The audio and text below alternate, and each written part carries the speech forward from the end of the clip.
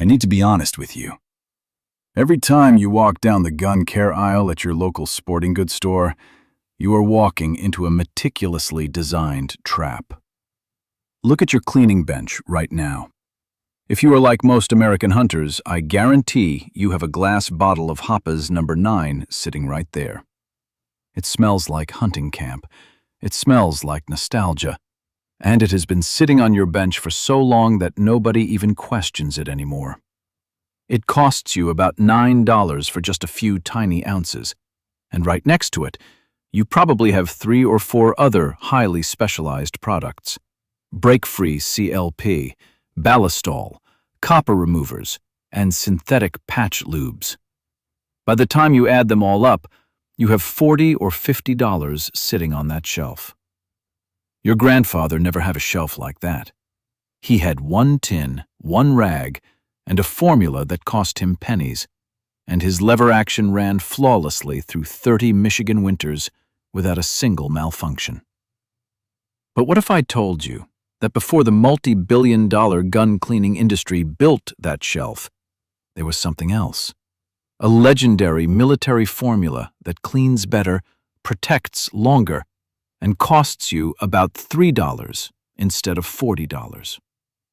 The modern industry has systematically buried this knowledge to protect their profit margins.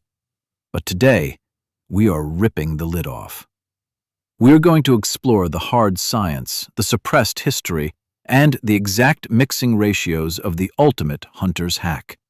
Welcome to HuntForge. The gun cleaning industry is worth an estimated $900 million a year in the United States alone. $900 million. Let that number sit for a moment. Now, here is what the industry buried. That entire retail category did not even exist before the 1960s. There was no gun care aisle. There was no wall of 20 competing solvents in 4-ounce bottles at $9 each. What there was a single homemade formula that cost pennies, used by every armorer from Frankford Arsenal to Fort Benning. So what changed? Manufacturers discovered that if they took those same base chemicals, the same petroleum distillates, the same industrial solvents, repackaged them in a tiny bottle with a picture of a deer on the label, and placed them under fluorescent lights between the ammunition and the rifle scopes, American hunters would pay a 1,300% markup without blinking. That is not an exaggeration. A $3 formula became a $40 shelf. They did not invent better chemistry. They invented better packaging. As hunters, we pride ourselves on self-reliance.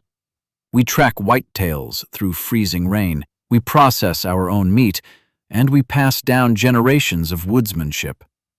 Yet, when it comes to maintaining the very rifle that finalizes our hunt, we surrender our logic to flashy marketing.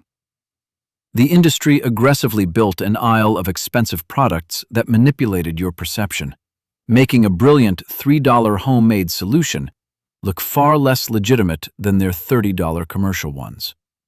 Your grandfather never needed a $50 kit of specialized synthetic polymers to keep his lever action running flawlessly in the freezing timber.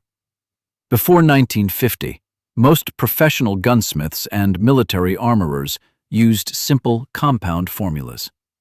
These were heavy-duty products made from raw ingredients that were already sitting on the shelf in any standard hardware store. Petroleum distillates, natural animal waxes, and industrial solvents. But the industry needed you to forget that, because remembering it would cost them $900 million a year. To understand the magnitude of this secret, we have to go back in time. The formula I am about to give you is not some random internet myth. It is an adaptation of the legendary Frankford Arsenal Cleaner No. 18. This was a military-grade concoction originally documented by Julian Hatcher, the chief of the Small Arms Division in the Ordnance Department and assistant commandant of the Ordnance School for the U.S. Army. Hatcher was not a marketing executive. He was a man whose job was to keep American soldiers alive by keeping their weapons functional. His original military recipe called for equal parts of acetone, turpentine, Pratt's astral oil, which was essentially acid-free deodorized kerosene, and sperm oil, with an optional addition of anhydrous lanolin. But over the decades, as sperm oil became completely unavailable following World War II, and turpentine became too expensive and flammable, the formula needed an upgrade. Enter C.E. Ed Harris, a retired Army armorer and technical editor for the NRA's American Rifleman magazine. In the early 1990s, Ed Harris modernized this historic military formula using cheap, modern equivalents. The updated formula was documented and actually went into print through NRA publications, where it was widely read and heavily shared within the tight-knit gunsmithing community. It became known as Ed's Red. It was never a suppressed secret among the professionals. It was simply the standard practice of men who worked on guns for a living. However, the commercial industry drowned it out, burying the knowledge under millions of dollars in advertising until it vanished from the average deer hunter's awareness. And that is the cruelest part. The formula was never hidden in a classified file. It was published. It was printed. It was passed between armorers for decades. The industry did not need to suppress it with force. They just needed to outspend it. And they did. I need to be honest with you about something uncomfortable. I spent years with a bottle of Hoppe's No. 9 on my own bench. I bought the copper remover, I bought the CLP, I bought the synthetic lube. I followed every instruction on every label because I trusted the system. And when my .308 started throwing shots wide after 200 rounds, I blamed the ammunition. I switched brands twice. I replaced my scope rings. I spent close to $80 across 2 seasons chasing a ghost. And the entire time, the answer was a $3 formula that a retired Army armorer had published in an NRA magazine decades before I was even born. The day I learned about Ed's Red was not the day I found a cheaper cleaner. It was the day I realized I had been engineered into a consumer instead of thinking like the self-reliant hunter my grandfather was. And that anger, that specific, quiet fury at my own blindness, is the reason this channel exists. So if you were sitting there right now thinking there is no way a $3 hardware store formula can match the expensive products you have trusted for years, I understand that feeling perfectly. I had it too. But I am about to introduce you to a man who has been proving it wrong every single day for 35 years. Meet Hank Driscoll, a master armorer with 35 years of experience operating out of a small shop in rural Ohio. Hank learned the Ed's Red formula from a veteran gunsmith who had been utilizing it relentlessly since the 1970s. In his entire 35-year career, Hank has never bought a commercial gun cleaner. Not Hoppe's, not Breakfree, not Ballistol, none of them. Every single hunting rifle, shotgun, and handgun that has ever come through his shop got cleaned with this exact 4-ingredient formula. Hank has conducted side-by-side comparisons more times than he can possibly count. He would take 2 identical rifles with the exact same caliber, the exact same round count, and the exact same heavy carbon fouling. He treated one with Ed's Red and the other with Hoppe's No. 9 combined with a modern CLP. The bore that received the $3 Ed's Red came out just as flawlessly clean, but at an absolute fraction of the cost per cleaning. Now let me introduce you to a second voice, Gerald Morse, a retired industrial chemist who spent 28 years formulating lubricants and solvents for a major petroleum company in Houston. Gerald reviewed the Ed's Red formula after his son, a deer hunter in East Texas, told him what this channel was teaching. Gerald's professional assessment was blunt. The 4-ingredient combination is a textbook perfect cleaning system. 2 polar solvents to break carbon bonds. 2 non-polar carriers to penetrate, lubricate, and protect. Gerald confirmed that several of the commercial gun cleaners he personally tested during his career contained the exact same active chemical classes, just diluted, fragranced, and packaged in 4-ounce bottles at a 1,000% markup. Hank will tell you that the raw chemical ingredients do not know what brand of firearm they are cleaning. They solely respond to the chemistry of the fouling, not the fancy brand name stamped on the rifle's action. Gerald will tell you the same thing using molecular weight data. Across 35 years of hardcore use on lever actions, bolt actions, and semi-autos, Hank has never had a single bore show corrosion under this formula's protection. Nor has he ever spent more than a few dollars per season on cleaning supplies. The science is actually simple once you pull back the curtain and look at the molecular reality of a fired rifle. When smokeless powder ignites inside your chamber, the combustion leaves behind a complex matrix of hardened carbon polymers, metallic salts, and microscopic copper residue bonded to the steel surface of your bore at a molecular level. Commercial cleaners attack this fouling using the exact same chemical principles I'm about to lay out for you. They just charge you 10 times more for the privilege. This formula works because it is based on proven, hard chemical principles, specifically incorporating 2 polar and 2 non-polar solvents to attack different layers of residue. Research from materials science departments at universities like Ohio State University has long documented how the combination of aliphatic solvents and powerful surfactants breaks down complex carbon polymers at a molecular level, preventing them from bonding to steel. The magic relies on a perfect synergy of 4 accessible industrial compounds: automatic transmission fluid, acetone, kerosene, and lanolin. First, we have ATF, automatic transmission fluid, specifically Dexron 2 or 3.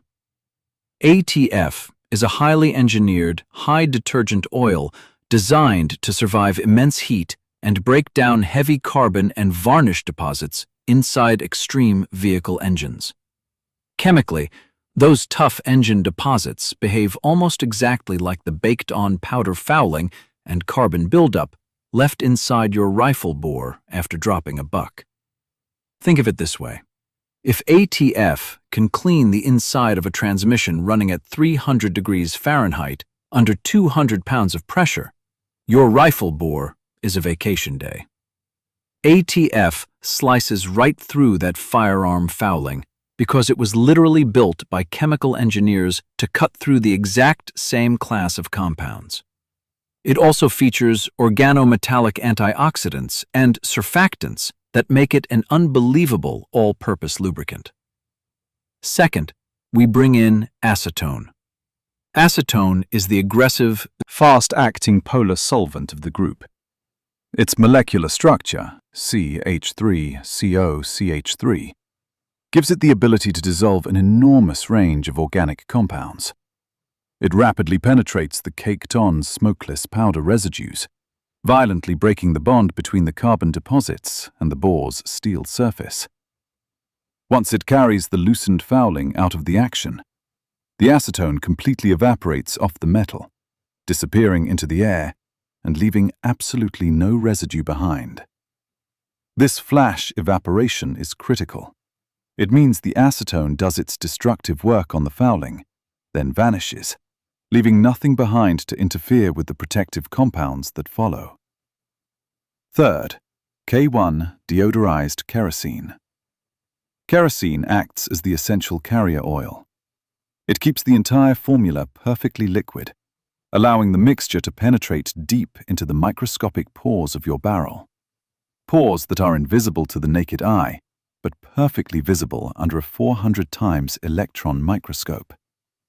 Kerosene also acts as a vital, light surface protector, as the highly volatile acetone flashes off the metal. Picture kerosene as the steady, quiet hand that carries the aggressive solvents exactly where they need to go. Finally, we introduce lanolin. Lanolin is a natural wax derived directly from sheep's wool, the same substance that allows a sheep to stand in freezing rain without its coat losing a single degree of insulation. Lanolin is the ultimate heavy-duty corrosion inhibitor. When added to the mix, lanolin chemically bonds to the metal surface, creating an impenetrable protective barrier against oxidation, salt air, and heavy moisture. It has such a massive affinity for water that it actively emulsifies, allowing you to wipe a bore dry of residual moisture while leaving a microscopic protective film behind. Your grandfather's generation understood this intuitively. Lanolin was in everything from boot wax to rifle grease on the farms of the 1940s. The industry replaced it with synthetic polymers, Then charged you 5 times more for an inferior product. So, how do you harness this for your upcoming hunting season? You can mix a full quart batch for around $3 using ingredients priced right at your local hardware store or auto parts counter. You simply measure equal parts by volume: 1 part ATF, 1 part acetone, 1 part kerosene, and 1 part lanolin. But here is a critical warning. You must mix this outdoors in good ventilation, and you must store it strictly in a metal container, a heavy-gauge PVC jug, or a glass mason jar. Do not use standard high-density polyethylene or HDPE plastic.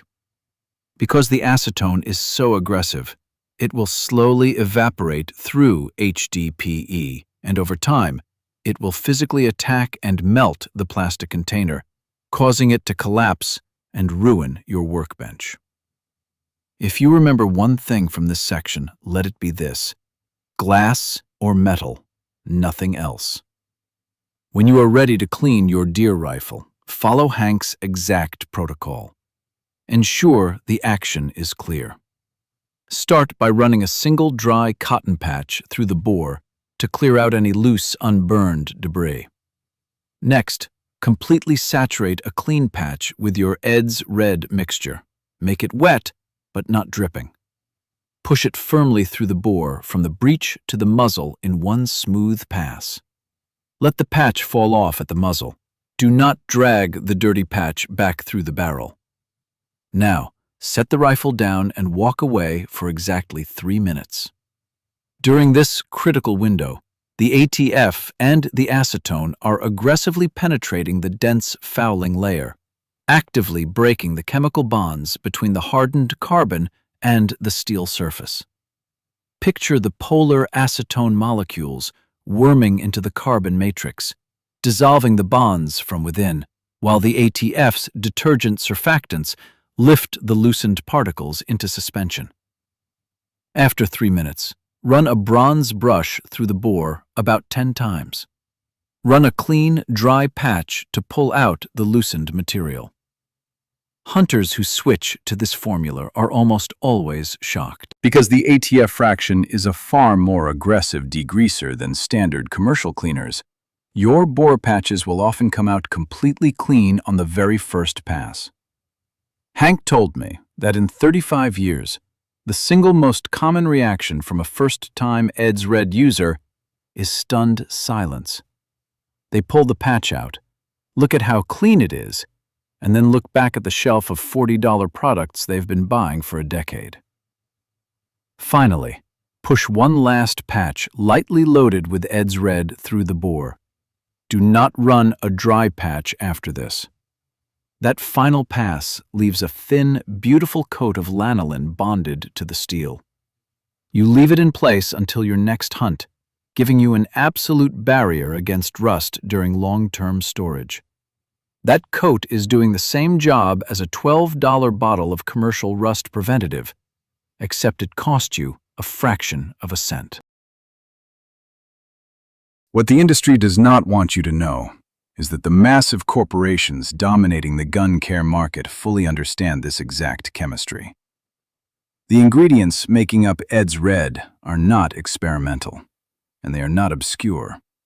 They are heavily documented, industrial-grade compounds with decades of proven, hardcore performance data behind them. The commercial industry simply takes these exact chemical principles, refines them into a proprietary blend, packages them in tiny, visually appealing 4-ounce bottles, and sells them to you at an astronomical markup. Think about that. The same petroleum distillate that costs you $1.50 per quart at an auto parts counter gets rebranded, diluted, poured into a bottle with a crosshair logo, and placed on a shelf at $9 for 3 ounces. That is not innovation. That is theater. Nobody profits from you knowing that a simple $3 hardware store formula cleans your hunting rifle just as effectively as $40 worth of highly marketed gear. The only thing that has been standing between you and utilizing this incredible hack was simply not knowing it was there. They relied on your ignorance. They relied on tradition and shiny packaging. But now, you know exactly what is happening inside your barrel, and you know the exact chemistry required to defeat it. Gerald Morse said it best when he reviewed this formula. There is no proprietary magic in commercial gun cleaners. There is only proprietary pricing. In 1923, Julian Hatcher wrote down a formula in a military workshop that smelled like kerosene and gun oil. 100 years later, Hank Driscoll still mixes it on the same kind of scarred wooden bench in a small shop in rural Ohio, the same way his mentor showed him in the 1970s. That formula never changed. The chemistry never changed. The only thing that changed was an industry that spent hundreds of millions of dollars teaching you to forget it. But here is what the industry cannot erase: knowledge that passes from one set of hands to the next. Your grandfather kept his .30-06 running through Korean winters with a formula just like this one. No fancy bottle, no crosshair on the label. Just a man who understood his rifle at a molecular level. So I'm not asking you to subscribe to support a YouTube channel. I am asking you to become the next link in a chain that stretches back over a century. From Hatcher's Arsenal, through Ed Harris's workshop, through Hank Driscoll's bench, and now to your garage. Every subscription is one more hunter the industry cannot silence. Every share is one more set of hands holding knowledge they tried to bury. But before you go, the comments on this video are already building towards something bigger. Hundreds of you have been asking the same question.